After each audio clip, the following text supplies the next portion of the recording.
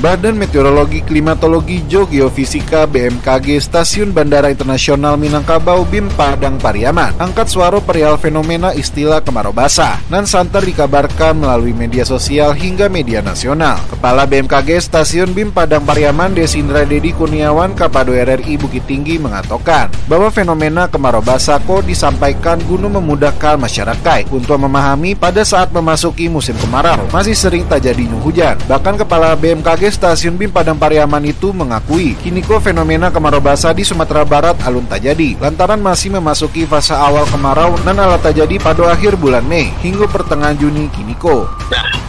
Terkait dengan istilah kemarau basah ini sebetulnya kalau dalam ilmu klimatologis itu sebenarnya tidak ada, tidak dikenal istilah kemarau basah sebetulnya ya. Cuma istilah kemarau basah ini adalah istilah yang untuk memudahkan masyarakat awam memahami pada saat memasuki musim kemarau itu masih sering terjadi hujan atau hujan masih sering terjadi di suatu wilayah. Itu tadi karena adanya faktor-faktor pendukungnya ya. Mungkin kalau ada faktor global, regional, dan faktor lokal. Faktor globalnya biasanya adanya La Nina yang masih aktif, kemudian adanya IOD ya, kemudian adanya juga MCU.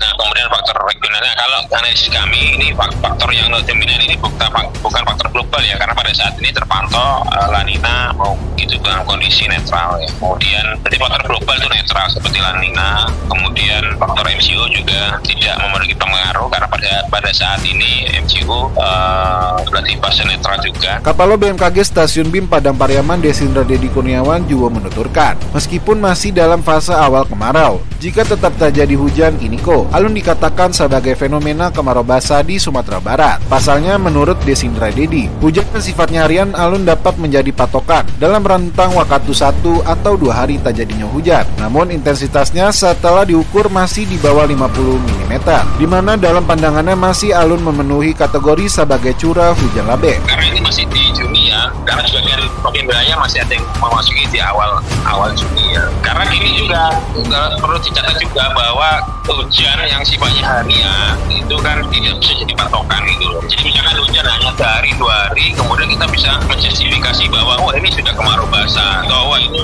sudah musim hujan, tidak bisa. Karena ada patokannya ya. Mungkin hujan lebat ya sehari 2 hari, tetapi secara intensitas ketika kita ukur itu mungkin secara dasarnya masih di bawah 50 mm gitu.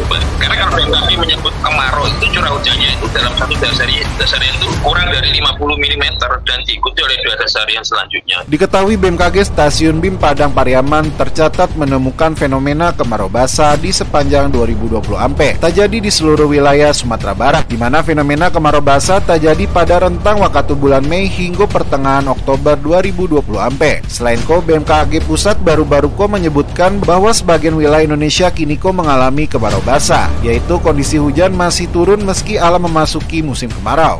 Fenomena itu diperkirakan berlangsung hingga Agustus 2025, diikuti masa transisi pancaroba pada September hingga November. Sarato musim hujan mulai Desember 2025 hingga Februari 2026. Dari Kabupaten Padang Pariaman, Alwan Ahmad Fauzan, RRI Bukit Tinggi melaporkan.